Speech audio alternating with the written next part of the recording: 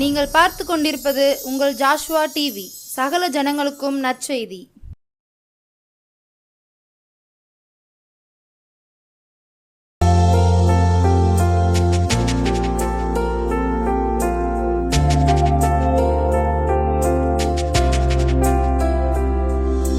நாம் இருந்தவாறு கண்களை மூடி நாம் செபிப்போம். நேசிக்கிற நல்ல தகப்பனே, இந்த நல்ல வேளையிலும் உடைய நல்ல சமூகத்திலே நாங்கள் வந்திருக்கிறோம் அப்பா.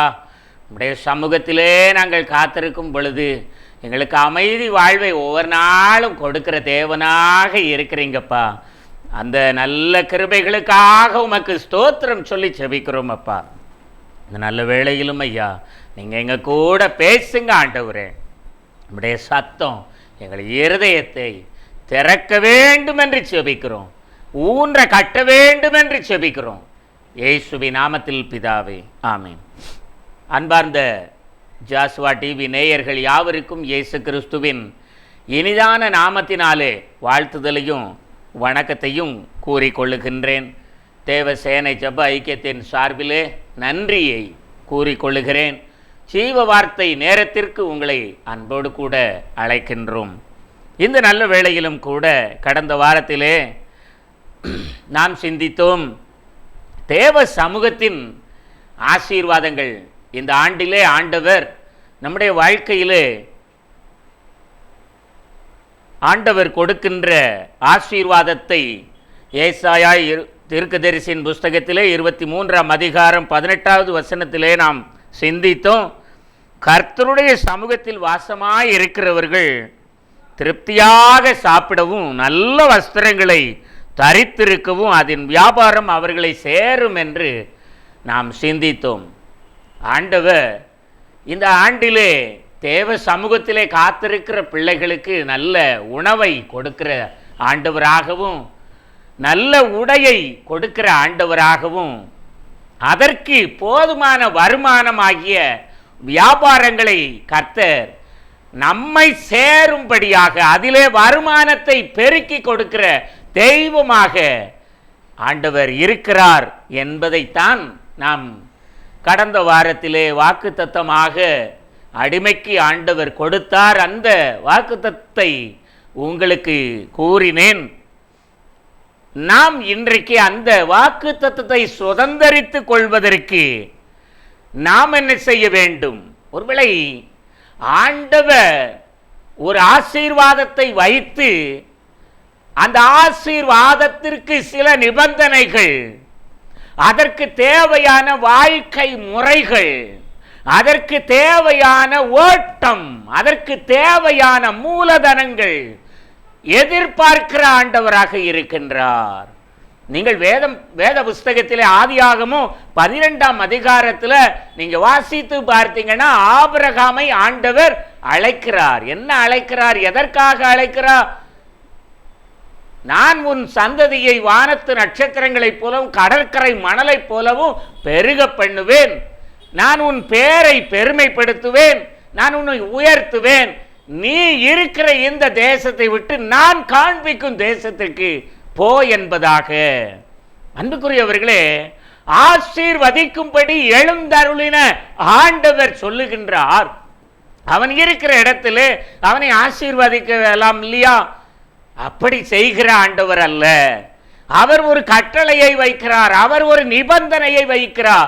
நீ இப்படி வாழ்ந்தால், நீ இப்படி செய்தால், நீ இப்படி ஓடினால், இப்படி உன் ஊழியத்தை மாற்றிக்கொண்டால், இப்படி உன் வாழ்க்கை பயணங்களை நீ மேற்கொண்டால் நான் உன்னை ஆசீர்வதிப்பேன் என்பதாகவே ஆதியாகமம் முதற்கொண்டு வெளிப்படுத்தின விசேஷம் வரையிலும் ஆண்டவர் அப்படியே கட்டளை கொடுத்திருக்கின்றார்.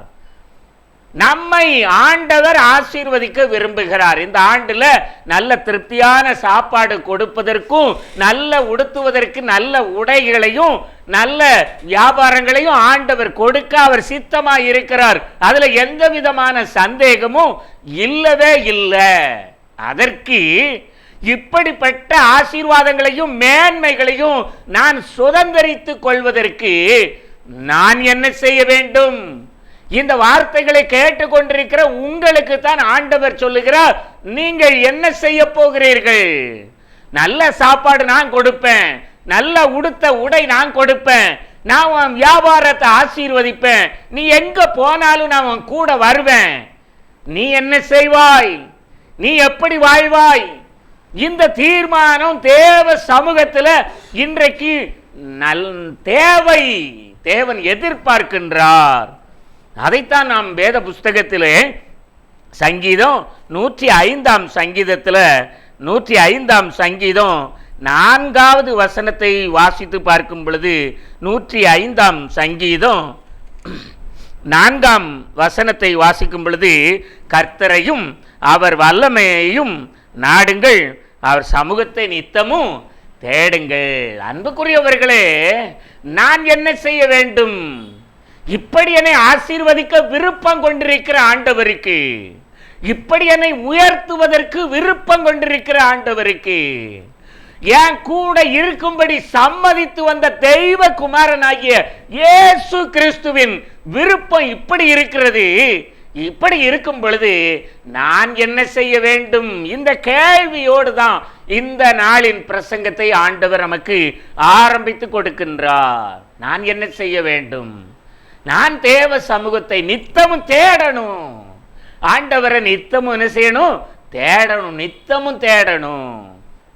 நித்தமும், ஒவ்வொரு நாளும். ஒருவேளை வருடத்தின் 365 நாட்களும் நமக்கு சாதகமாகவே இருக்கும் என்று சொல்ல முடியவே முடியாது. பாதகமான நாட்களும் இருக்கும், போராட்டமான நாட்களும் இருக்கும். அந்த நாட்களிலும் அவர் சமூகத்தை நோக்கி பார்க்கணும். நீங்கள் யோபின் புஸ்தகத்தை வாசித்து பாருங்க. அவன் சொல்லுகிறார், 40ஆம் அதிகாரம் 40 யோபு ஒரு வசனத்தில் இவ்வாறாக சொல்லுகிறார், முந்தின சீர் இப்பொழுது உண்டாயிருந்தால் நலமாயிருக்கும். அவர் ஓட்டை எடுத்து தன்னுடைய சரீரத்தை சுரண்டி கொண்டிருக்கிறார். அப்பொழுது அவர் இந்த வார்த்தையை உபயோகிக்கிறார், முன்னாடி நான் ஆசீர்வாதமாய் இருந்தேனே, அந்த நிலை இப்பொழுது இருந்தால் நலமாயிருக்கும். ஒருவேளை அந்த துன்பத்தின் நாளில் மறுபடியும் அவர் சொல்லுகிறார், அவர் என்னை கொன்று போட்டாலும் அவர் மேல் நம்பிக்கையாயிருப்பேன் என்று கூறுகிறார். என் அன்புக்குரியவர்களே, அவனை தேற்றும்படியாக வந்த சிநேகிதர்கள் 3 பேர். அந்த 3 பேரும் அவர்கள் பாட்டுக்கு அதிகமாய் பேசுகிறார்கள். அவர்களை பார்த்து ஆண்டவர் கோபம் கொண்டார். அப்பொழுது அவர் சொல்லுகிறார், என் தாசனாகி யோபு நிதானமாய் பேசினான், நீங்கள் நிதானம் தவறி பேசிவிட்டீர்கள். என் அன்புக்குரியவர்களே, இந்த ஆண்டுல ஆண்டவர் சொல்லுகிறார், நித்தமும் தேடணும். நம்முடைய வாயின் வார்த்தைகள் சரியாயிருப்பதாக, நம்முடைய வாயின் வார்த்தைகள் யாரையும் குற்றப்படுத்தாமல் இருப்பதாக. நிதானம் அறியாமல் பேசக்கூடாது. யாரையும் சின்ன பையனா இருக்கலாம், ஏளனமாய் பார்க்காதீர்கள். அவன் உயர வளரக்கூடிய பையன், அவன் நல்ல உயர்ந்த பதவிக்கு செல்லக்கூடிய பையன், அவனை அப்படி பாருங்கள். அன்புக்குரிய தேவ பிள்ளைகளே, ஒரு நாள்ல யோசேப்பை தூக்கி குழியில போட்டாங்க அவனுடைய சகோதரர்கள். குழியில தூக்கி போட்டு இவன் மரித்து போனான் என்று தகப்பனிடத்தில் அவனுடைய வஸ்திரத்தை எடுத்து ஒரு ஆட்டை அறுத்து அதனுடைய ரத்தத்தை தோய்த்து கொண்டு போய், இது உம்முடைய மகனுடைய ஆடையா என்று பாரும், சட்டையா என்று பாரும் என்று சொல்லுகிறார்கள். என் அன்பு தேவ பிள்ளைகளே, இப்படிப்பட்ட நாட்கள்லாம் இருக்கின்றது. ஒரு நாளிலே அவன் எகிப்து தேசத்திற்கு 2ஆம் அதிபதியாய் உட்கார்ந்திருக்கிறார். அப்படியே உட்கார்ந்திருக்கும் பொழுது இந்த சகோதரர்கள் அப்படியே வாய் அடைத்து போனார்கள் அல்லவா. இவனை எவ்வளவா எள்ளி நகையாடினோம், இவனை எவ்வளவா ஏளனம் பண்ணினோம், இவனை எவ்வளவு கேலி பண்ணினோம், கிண்டல் பண்ணினோம், சொப்பனக்காரன் என்று சொல்லி ஏளனமாய் பார்த்தோமே. இவன் இன்றைக்கு இப்படிப்பட்ட உயர்வில் இருக்கிறானே. அன்புக்குரியவர்களே, யார் எப்படி வளருவார்கள் என்று உங்களுடைய கண்களால், உங்களுடைய இருதயத்தால் தீர்மானிக்க முடியாது. அதை படைத்த ஆண்டவர் ஒருவருக்கு தான் தெரியும். ஆகவே அவனை குறித்து நீங்கள் ஏளனமாய் பேசுவீர்களானால் உங்கள் தலையிலே தண்டனை குவித்து கொண்டே இருப்பீர்கள். இதை புரிந்து கொள்ளுங்கள். இதை ஒரு நாளும் மறந்து போகாதீர்கள். யாரையும் ஏளனமாய் பார்க்க கூடாது, யாரையும் ஏளனமாய் சொல்லி சிரிக்க கூடாது.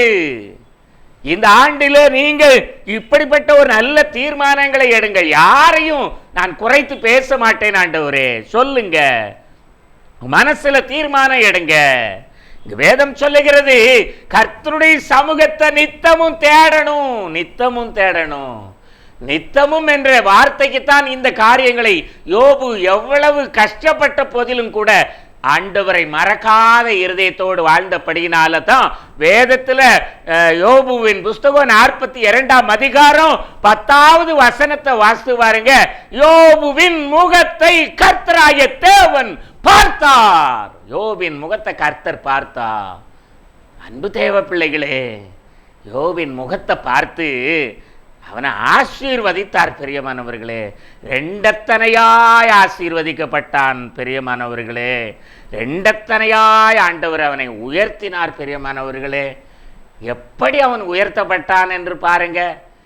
ஒரு குழந்தை பிறகு இந்த காலத்தில் நம்முடைய சுபாவப்படி நாம் பேசுவோம். ஒரு ஆஸ்பத்திரியில் ஒரு குழந்தை பிறக்குன்னா நாம் சும்மா வெறும் கையா என்ன செய்ய மாட்டோம், அந்த குழந்தைய பார்க்க போக மாட்டோம். அந்த பிள்ளைக்கு மோதிரம் எடுப்போம், அந்த பிள்ளைக்கு வளையல் எடுப்போம், அந்த பிள்ளைக்கு தங்க சாமான்கள் இப்படியாக எடுப்போம். அதே போல தான் அருமையானவர்களே, கொடுக்க கூடாத கொடுமையான மனிதன் கூட இந்த யோபுவுக்கு நிறைய பொன்னு வெள்ளி கொண்டு வந்து கொடுத்தாங்க. பிரியமானவர்களே, அதனால இவன் போய் மம்பட்டி எடுத்து சுத்தியல் எடுத்து அல்லது வேற வேலை பார்த்து அவன் சம்பாத்தியம் பண்ணல. அவன் இருக்கிற இடத்துல இருந்தான். அவனை பார்க்க வந்தவன் பூரா பேரும் 1000 பொன் வெள்ளி 1000 தங்க காசு இப்படி இப்படி கொண்டு வந்து கொடுத்து அவன் பெரிய பணக்காரனாய் இருந்தான். பிரியமானவர்களே, என் அன்பு தேவ பிள்ளைகளே, அவர் சமூகத்தை நித்தமும் தேடுகிற மனிதனுடைய வாழ்க்கையில அவன் உட்கார்ந்து ஏசப்பாவின் சமூகத்தில் இருந்தா போதும். அவனுக்கு வர வேண்டிய ஆசீர்வாதங்கள், அவனுக்கு வர வேண்டிய எல்லா கிருபைகளும் வந்து கொண்டே இருக்கும். அவன் வீட்டை தேடி வரும். பிரியமானவர்களே, அருமையானவர்களே, கடந்த வாரத்தில் நான் ஒரு சாட்சியை சொன்னேன். 28ஆம் தேதி எனக்கு பண நெருக்கடி. இப்படிப்பட்ட சூழ்நிலையில் 29ஆம் தேதி ஒரு பேங்க்ல இருந்து ஒரு மேனேஜர் வந்தாரு. வந்து சாதாரணமாக பேசிட்டு போனாரு. 31ஆம் தேதி என்று நினைக்கிறேன், அந்த கடைசி நாளில் அவர் பணத்தை ஏற்றி விட்டார். 1ஆம் தேதி எல்லாருக்கும் பட்டுவாடா பண்ணக்கூடிய கிருபை ஆண்டவர் கொடுத்தார். பிரியமானவர்களே, நெருக்கம் கண்ணீர் விட்டு, ஏசப்பா என்னை இந்த நாளில் தூக்கி எடுமையா, என் கண்ணீரை பாருமையா, என் கவலையை பாருமையா, என் கூக்குரலை கேளுமையான்னு சொல்லி அவர் சமூகத்தில் உட்கார்ந்து ஜெபம் பண்ணினேன். கர்த்தர் பாருங்க, எவ்வளவோ நாட்களாக இழுத்து கொண்டிருந்தது. ஆண்டவர் அந்த ஜெபத்தை கேட்டு பெரிய காரியத்தை செய்தார். பிரியமானவர்களே, உங்க வாழ்க்கையிலையும் அவர் சமூகத்தில் உட்கார்ந்து பாருங்களேன், அவர் சமூகத்தை நோக்கி பாருங்களேன். அவர் சமூகத்தில் நீங்க உட்கார்ந்துருந்தீங்கன்னா அவர் உங்கள் சமூகத்துக்கு வருவார். பிரியமானவர்களே, அவர் உங்கள் பக்கத்தில் வருவார். உங்களை ஆசீர்வதிக்கும்படி ஏசப்பா இறங்கி வந்து உங்களை பார்ப்பார். பிரியமானவர்களே, யோவின் முகத்தை எப்படி பார்த்தார் என்று வேதத்தில் வாசிக்கிறோம். யோவின் முகம் அவ்வளவு அழகான முகமாவா இருந்திருக்கும். எவ்வளவு வியாதி, எவ்வளவு வருத்தம், எவ்வளவு துன்பம் எல்லாம் மனைவியே சொல்லிட்டா, ஐயா தூசித்து ஜீவனை விட்டு வெளியே போறோம், வீட்டை கழுவி விடணும், மரித்து போறோம், இனிமே நீர் வாழ்ந்து என்ன பிரயோஜனம்?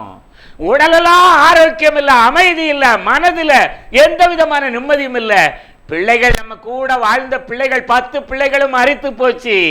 இனிமே நீரும் நானும் உட்கார்ந்து என்ன வாழ போறோம்?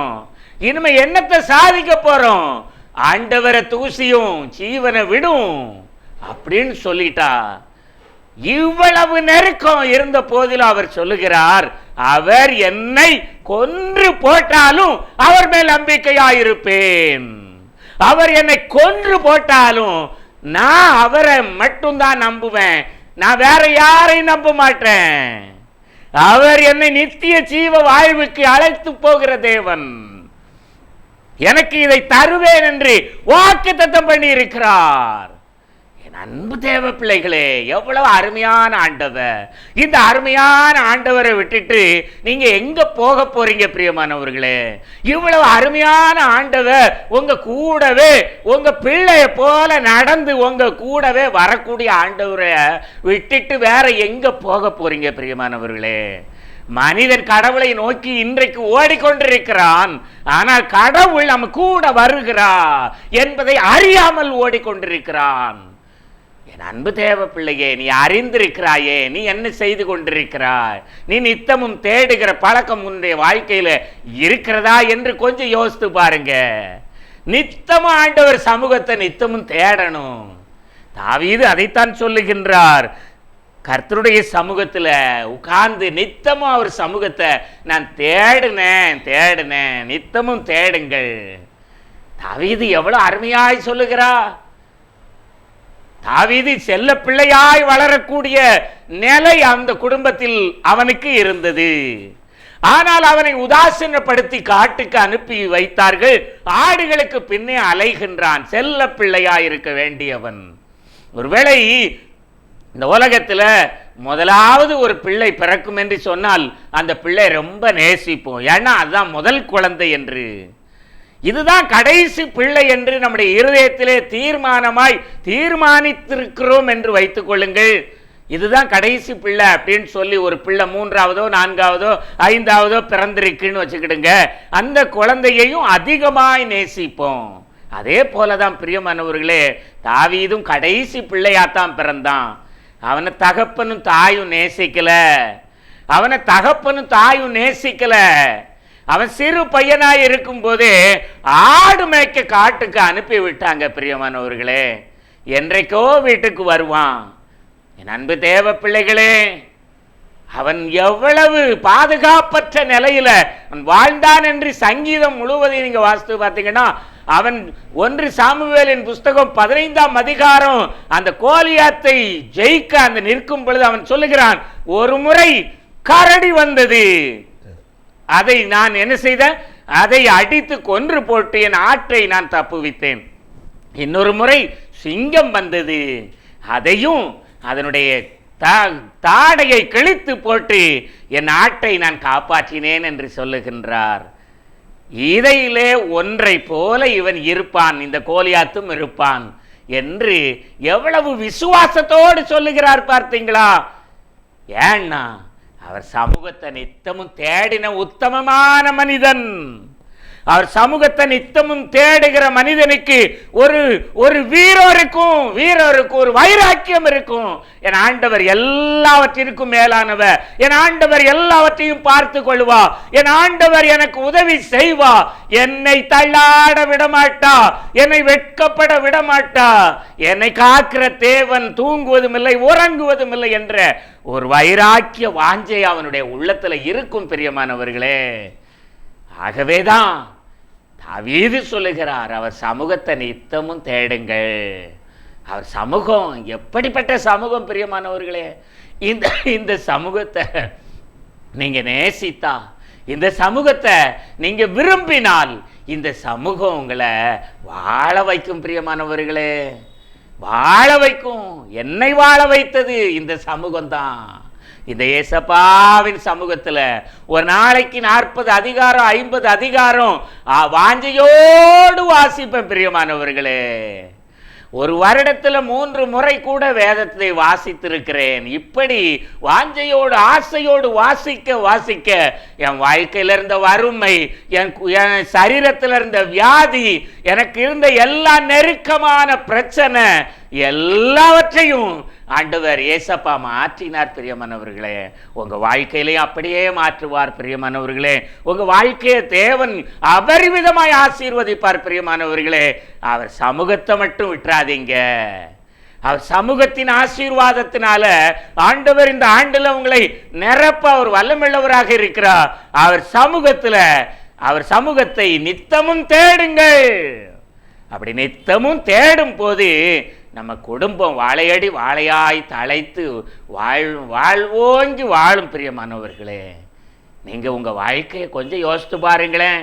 இந்த ஆண்டில் 2024ஆம் ஆண்டில் நமக்கு நல்ல ஜீவன் கொடுத்திருக்கிறார், நல்ல சுகம் கொடுத்திருக்கிறார், நல்ல பலன் கொடுத்திருக்கிறார். இந்த பலன் கொடுத்த ஆண்டவருக்கு நாம் என்ன செய்ய வேண்டும் என்ற கேள்விதான் இன்றைக்கு.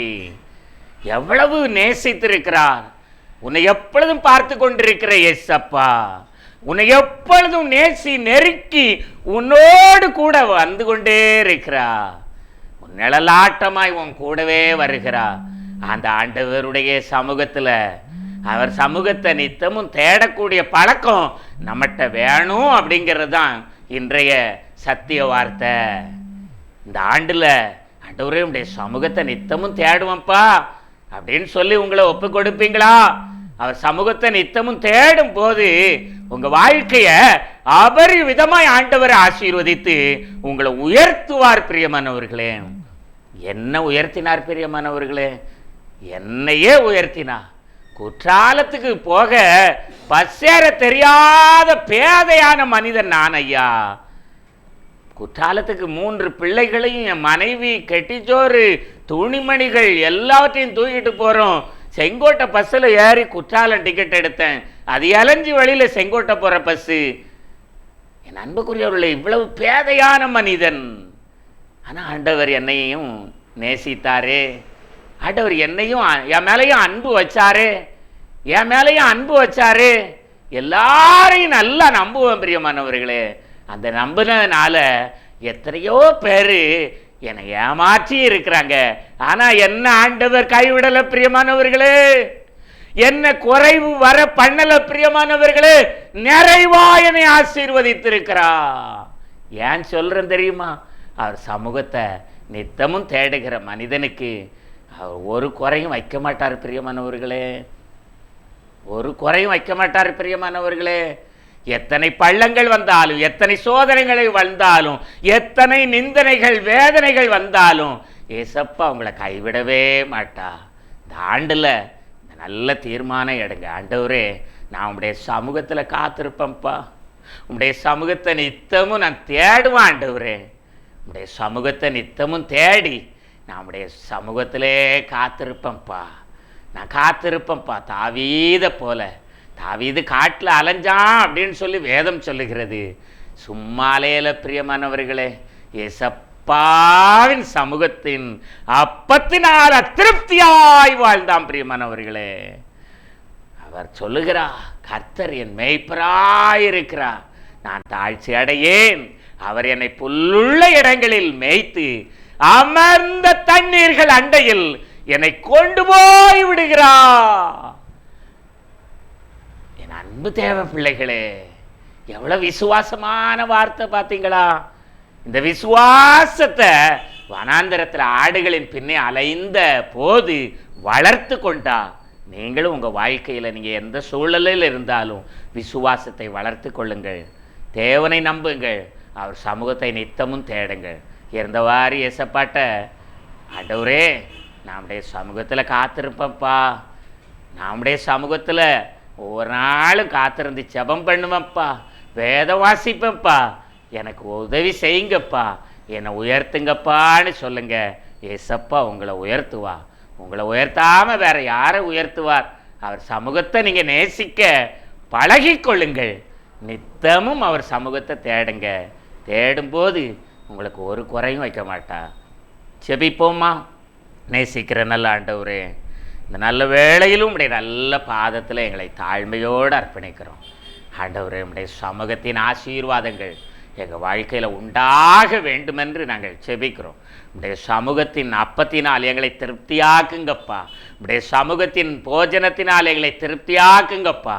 உடைய சமூகத்தில் ஆண்டவரே, நீர் பார்க்கிற பார்வை, நீர் தேடுகிற தேடல் எங்கள் வாழ்க்கையில் வந்திருக்கிறது ஐயா. உடைய பிள்ளைகளையும் தேடிக்கொண்டிருக்கீங்க.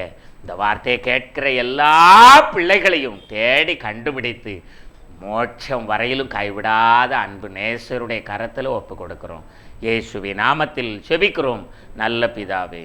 ஆமேன், ஆமேன், ஆமேன்.